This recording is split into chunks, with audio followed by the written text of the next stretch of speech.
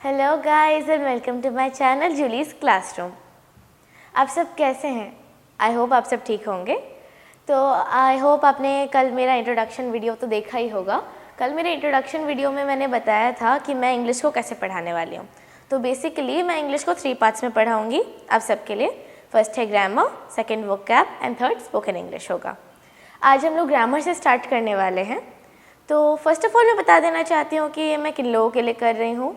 तो आजकल बच्चे तो हमारे इस जनरेशन के बहुत टाइम तक फ़ोन ही देखते रहते हैं।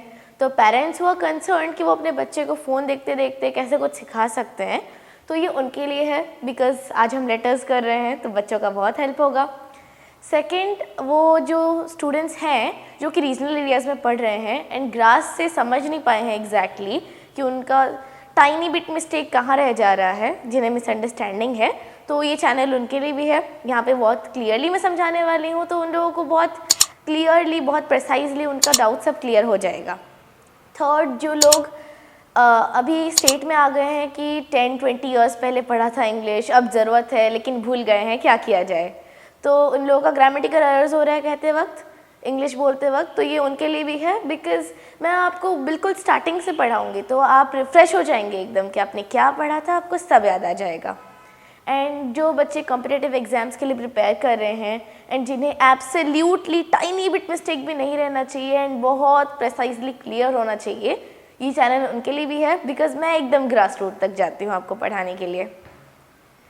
तो चलिए आज का लेसन स्टार्ट करते हैं, जो कि ग्रामर के ऊपर है एंड ग्रामर के एकदम बिल्डिंग ब्लॉक के ऊपर है, जो कि आज का टॉपिक है लेटर्स। तो आज के टॉपिक लेटर्स के बारे में तो आपने बहुत सुना होगा। लैंग्वेज एक मोड ऑफ कम्युनिकेशन है एंड फॉर कम्युनिकेटिंग आपको मोस्ट इम्पॉर्टेंट चीज़ 2 ही रहेंगे, स्पोकन होगा एंड रिटन होगा। स्पोकन तो आप वर्बली बोलते ही हैं, लेकिन लिखते वक्त जो आपको मोस्ट इम्पॉर्टेंट लगेगा, जो उतारने में आपको हेल्प करेगा आपके फीलिंग्स को नोट डाउन करने में, वो सेंटेंसेस के माध्यम से आप करेंगे। सेंटेंसेस वर्ड्स से बनते हैं एंड वर्ड्स बेसिकली लेटर से बनते हैं। तो हमारा किसी भी लैंग्वेज का बिल्डिंग ब्लॉक होता है लेटर। तो आज हम उसी लेटर से स्टार्ट करने वाले हैं। तो एनी अदर लैंग्वेज जैसे है, हिंदी में जैसे बहुत सारे हमारे लेटर्स हैं, इंग्लिश में भी हमारे लेटर्स हैं।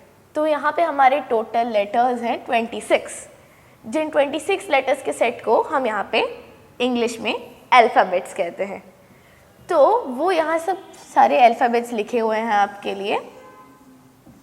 ये आपके इंग्लिश के सारे अल्फ़ाबेट्स हैं जो आपको लिखने में हेल्प करने वाले हैं। तो इन सारे लेटर्स को जब हम लेते हैं या अल्फ़ाबेट्स को लेते हैं, हम उन्हें 2 कैटेगरीज़ में डिवाइड करते हैं। वो 2 कैटेगरीज़ है vowels first category and consonants है हमारा सेकेंड कैटेगरी।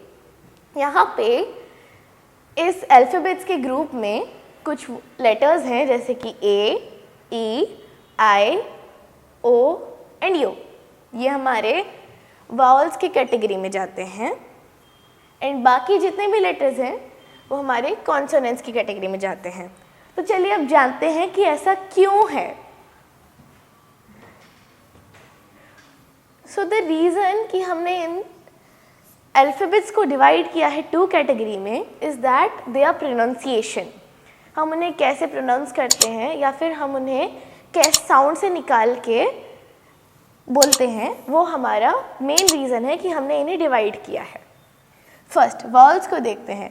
जब हम वॉवल्स को बोलते हैं जैसे कि ए, ई, आई, ओ एंड यू, आपने नोटिस तो किया होगा कि जब आपके मुंह से एयर निकलता है, लाइक ए जब आप बोलते हैं, तो आपके मुंह का कोई भी पार्ट या फिर आपका थ्रोट ऑब्स्ट्रक्ट नहीं करता उस लेटर को बोलते वक्त, वो क्लियरली निकलता है, लाइक ओपन वाइड माउथ से वो निकल जाता है। तो जब आपका थ्रोट या आपके माउथ का कोई भी पार्ट उसे ऑब्स्ट्रक्ट नहीं करता है, तो हम उसे वॉवल के कैटेगरी में लेते हैं। Easy to pronounce, right? आप खुद भी करके देख सकते हैं। Great activity, fun for your child. आप अच्छे से करें और देखें, खुद प्रोनाउंस करें। और उसके बाद आते हैं कॉन्सोनेंट्स। अब 2 कैटेगरीज हैं, सिंपल लॉजिक है, एक में एब्स्ट्रक्ट नहीं होता, दूसरे में एब्स्ट्रक्ट होता होगा। तो दूसरे में ऑब्वियसली जैसे मैंने बोल दिया है, बाकी बचे हुए जो लेटर्स हैं B C D F G H etcetera, उसमें आप जब प्रोनाउंस करते हैं तो इट इज़ ऑब्स्ट्रक्टेड, ये ऑब्स्ट्रक्ट होता है। जैसे कि बी बोलते वक्त आपके लिप्स टच कर रहे हैं, ओपन वाइड माउथ से नहीं निकल रहा है, और सी बोलते वक्त आपके टंग से ऑब्स्ट्रक्ट हो रहा है। करके देखिए, आपका टंग आपके टीथ से अगर कनेक्ट हो रहा है that means it is obstructed. Air निकल रहा है टंग को टच करके तो ये ऑब्स्ट्रक्ट हो रहा है। That is the main reason कि वो कॉन्सोनेंट्स है। एंड 2 एग्जाम्पल्स मैंने आपको दिए हैं। You can make your child practice and you can practice on your own, खुद बोल बोल के। That will be great help for your pronunciation skills. अब चलिए आगे बढ़ते हैं। जैसे कि मैंने आपको पहले कहा है ए ई आई ओ यू हमारी वॉल्स हैं, तो मैंने इन अल्फ़ाबेट्स के सेट में उन्हें सर्कल किया है। और अगर कुछ लोगों ने ध्यान दिया होगा तो उन्होंने ये भी देखा होगा कि नीचे वाई क्यों है, यहाँ पे वाई को सर्कल क्यों किया गया है, ऐसे क्यों हमें स्पेसिफाई किया है वाई को। सो वेल, ये जो हमने आपको इंडेक्स बना के दिया है हमारे ऊपर सर्कल करने के रीज़न एंड स्क्वायर बनाने के रीज़न भी इज़ दैट वाई हमारा एक स्पेशल अल्फ़ाबेट है जो कि वॉल भी है एंड कॉन्सोनेंट भी है। अब आप सोच रहे होंगे कि वाई हम उसे क्यों ले रहे हैं वॉल एंड कॉन्सोनेंट के हिसाब से, ये दोनों में से एक कैटेगरी में क्यों नहीं जा रहा। तो वेल रीज़न ये है कि इंग्लिश में कहा जाता है कि वर्ड में, हर वर्ड में, किसी भी वर्ड में एटलीस्ट एक वॉल होना चाहिए, एक वॉल एटलीस्ट तो होना ही चाहिए।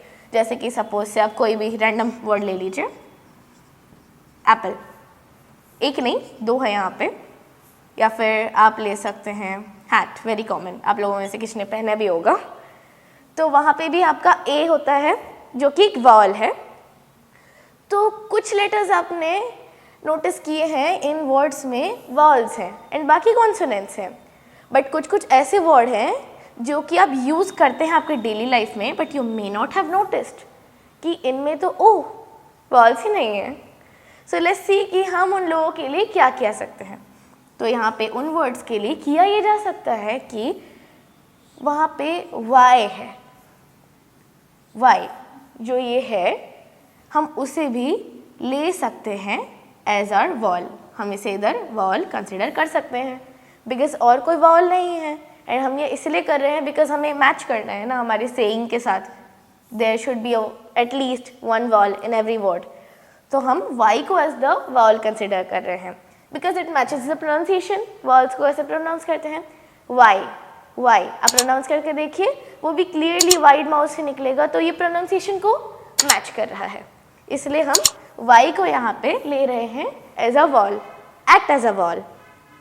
अब आप सोच रहे होंगे कि वाई को कंप्लीटली क्यों नहीं लिया गया।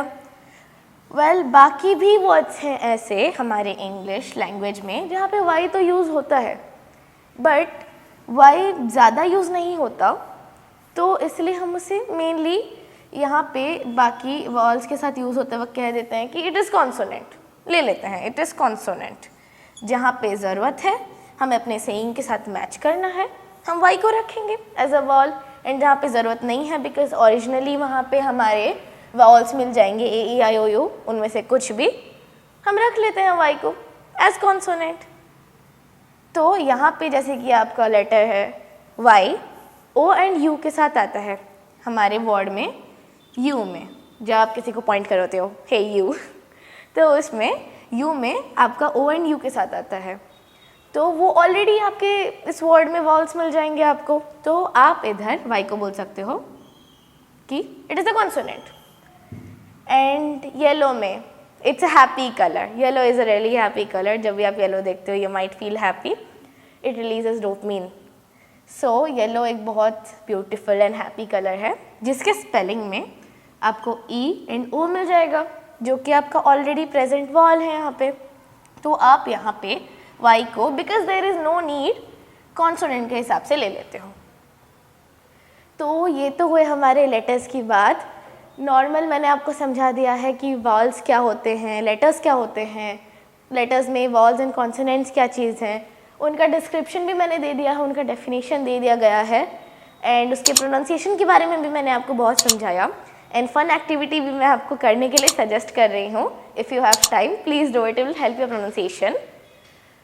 और मैंने आपको लेटर्स के बारे में भी बताया है, इंग्लिश के अल्फ़ाबेट्स के बारे में भी बताया है, लेटर्स क्यों इम्पॉर्टेंट है उसके बारे में भी आज के चैप्टर में मैंने आपको बताया है, एंड वाई एक स्पेशल लेटर के बारे में भी मैंने आपको बताया गया है। तो यहाँ पे तो हमारा चैप्टर ख़त्म होता है सारी बातों के साथ, बट यहाँ पे हमारा एक और टाइप है वॉल्स, एक और टाइप ऑफ लेटर्स जिन्हें और थोड़ी बारीकी से समझने की ज़रूरत है, बिकॉज जितना हमने पढ़ा है it is not enough, they having more depth to it, कि उन्हें और ज़रूर से समझा जाए और बारीकी से समझा जाए, and words will help you a lot in speaking English, because as you know vowels हर वर्ड में एटलीस्ट एक तो होना ही चाहिए, तो क्या हम उन वॉल्स के बारे में नहीं पढ़ेंगे? Of course. तो आज के लेसन के लिए तो इतना काफ़ी है, एंड वॉल्स सिंस इतना स्पेशल है कि मैं आपको अगले लेसन में वॉल्स के बारे में और बताऊंगी। आई होप कि आपने एंजॉय किया होगा आज का सेशन, एंड आज के सेशन में आपने कुछ इंटरेस्टिंग सीखा होगा, जैसे कि वाई के बारे में। ठीक है, that's all for today, thank you very much. अगर आपको मेरा ये चैप्टर पसंद आया होगा so please like my video and subscribe to my channel, and इस वीडियो को जितना हो सके उतना प्लीज़ पॉसिबली शेयर कीजिए, एंड मुझे आप सबका प्यार दीजिए, एंड इसे शेयर करने से आप नॉलेज वर्ल्ड वाइड स्प्रेड कर सकते हैं, तो be sure to share it, like and subscribe to my video and channel. And अगर आपके इस चैप्टर के रिगार्डिंग कोई भी डाउट्स होंगे तो आप कमेंट बॉक्स में मुझे लिख के दे सकते हैं, I will be sure to clear all of your doubts. Thank you very much, नमस्ते।